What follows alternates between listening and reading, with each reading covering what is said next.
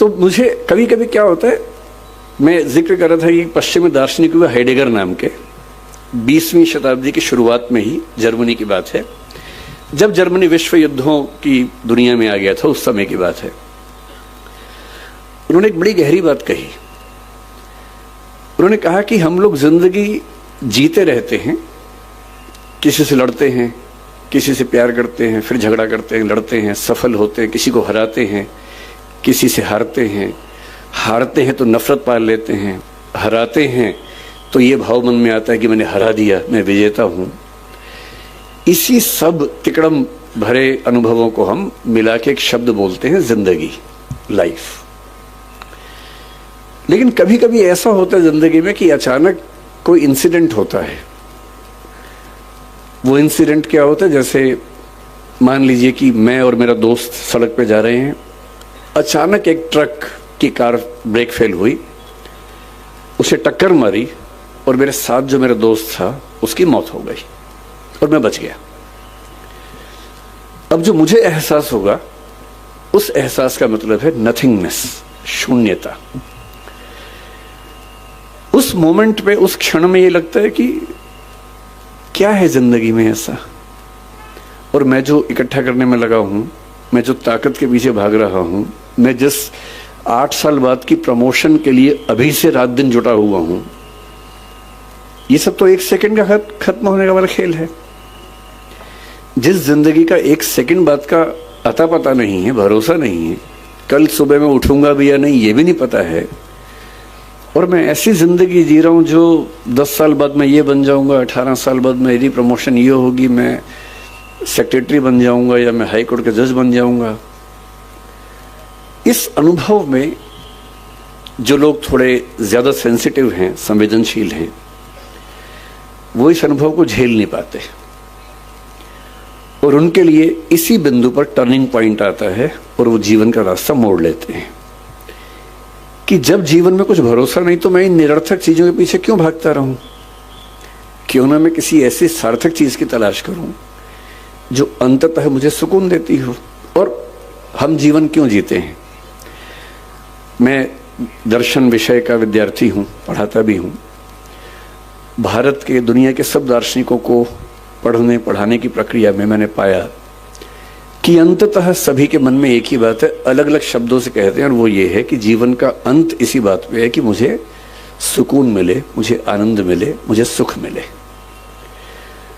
और सारे भौतिक सुखों के बाद देश की राजधानी की सारी ताकत को देखने समझने के बाद अगर उससे ज्यादा सुकून बारडोली के आश्रम में है, तो इसका मतलब है कि जीवन का सही अर्थ तो यहां की खुलेगा, वहां तो नहीं खुलेगा।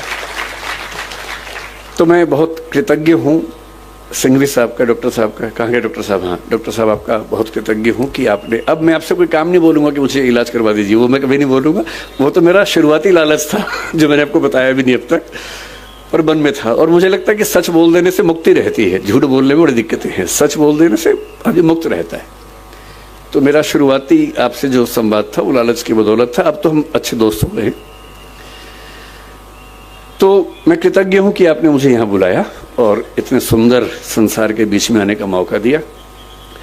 मैंने जब स्कूल को देखा, मुझे लगा कि टैगोर, महात्मा गांधी और पटेल जैसे एक हो गए हूं। टैगोर के शांति निकेतन में जो सबसे सुंदर कॉन्सेप्ट मैंने देखा कि क्लासरूम के अंदर पढ़ाई नहीं करनी है, पेड़ के नीचे बैठना है, खुले में बैठना है, प्रकृति में बैठ के पढ़ना है। मैंने देखा कि यहाँ क्लासरूम में चेयर्स हैं ही नहीं, केवल छोटे से स्टूल है, वो उठाना है और पेड़ के नीचे चले जाना है, और जहां मन करे वहां बैठ के पढ़ना है। क्यों एक 4 दीवारी के अंदर बैठ के ही हम पढ़ाई करेंगे? महात्मा गांधी ने एक बहुत अच्छा विचार दिया था बुनियादी तालीम का, बुनियादी शिक्षा का, जो स्वावलंबन में जोर देता है, स्किल्स की ट्रेनिंग पर जोर देता है, मातृभाषा में शिक्षा पर जोर देता है। और मैंने पाया कि वो सारे के सारे सिद्धांत इस स्कूल के अंदर ठीक वैसे ही चल रहे हैं। और सरदार पटेल का तो आशीर्वाद आश्रम को मिला ही है, तो उनके प्रति तो कृतज्ञ होना वैसे भी बनता है। दूसरा, मैं थोड़ा सा, मुरारी बापू साथ में हैं, उनका जिक्र करके फिर मैं अपने मूल विषय पे आता हूं, सरदार पटेल पर। मेरा आज तक ऐसा सौभाग्य नहीं हुआ कि मैं किसी कथा में जाके सुन सकूं, और मैं बहुत संदेह करने वाला व्यक्ति हूं, मैं बहुत विश्वास करने वाला व्यक्ति हूं नहीं। मैं ईश्वर को लेके भी उतना आग्रही नहीं हूं। मुझे फिलॉसफी पढ़ते पढ़ते ज्यादा संदेह मन में रहता है, बहुत ज्यादा। ईश्वर भी हैं या नहीं हैं तो कैसे हैं, वो सब सवाल मेरे मन में बहुत ज्यादा चलते हैं। पर मैं नास्तिक नहीं हूं, मैं अज्ञेयवादी हूं। अज्ञेयवाद का मतलब होता है कि मुझे पता नहीं ईश्वर हैं या नहीं हैं तो कैसे हैं, पर मैं संभावना मानता हूं कि वो हैं, और अगर दुनिया चल रही है तो हो सकता है कि उन्हीं की बदौलत चल रही होगी। इस संभावना को मानता हूं।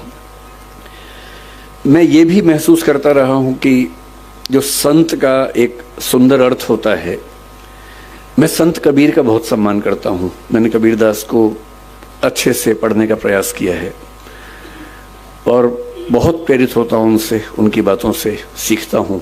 संत रैदास को मैंने अच्छे से पढ़ने का प्रयास किया, कई बार किया। तो मैं अक्सर सोचता हूं कि संत का मतलब क्या होता है। तो एक बार एक किताब में मुझे बड़ी सुंदर बात मिली। एक उम्र तक मेरा थोड़ा सा लेफ्टिस्ट आइडियोलॉजी की तरफ काफी झुका हुआ था, तो मुझे धर्म, संत, इन सब से लगभग अरुचि सी थी। नफरत तो नहीं कहूंगा, पर अरुचि जैसा भाव रहता था। मेरे पेरेंट्स भी परेशान थे क्योंकि मैं कुछ अतिवाद के रास्ते पर उस समय चलता था।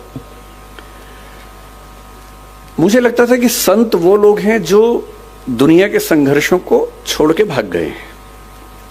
अरे भाई, मैं बुद्ध को पढ़ता था, महावीर, वर्धमान महावीर को पढ़ता था। मुझे लगता था कि क्यों ऐसा करते हो भाई, सब लोग स्ट्रगल कर रहे हैं, रोजी रोटी का संकट सबके सामने है, सबके बच्चे हैं, उनकी शादी होगी नहीं होगी, करियर होगा नहीं होगा, इतना इतना स्ट्रगल है।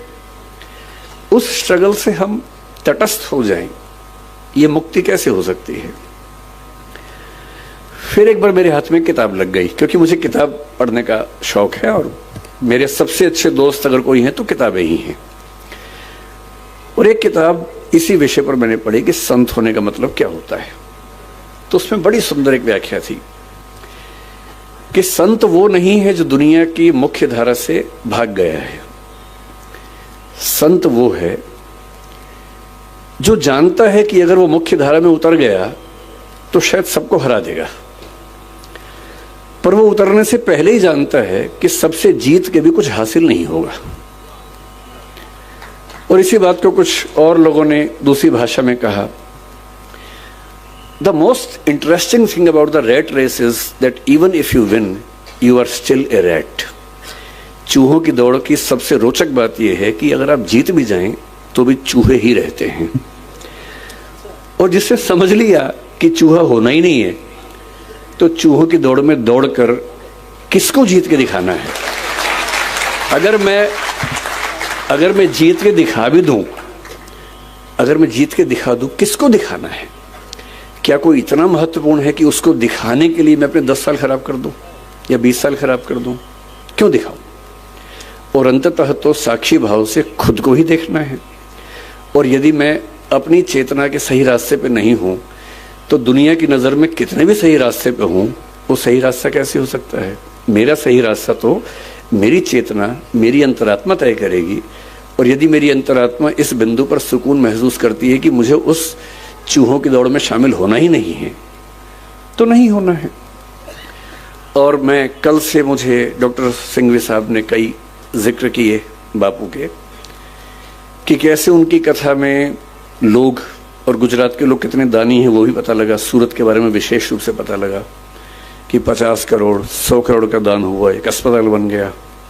फिर कथा हुई, फिर 125 करोड़ का दान हो गया, इससे एक और अस्पताल बन गया।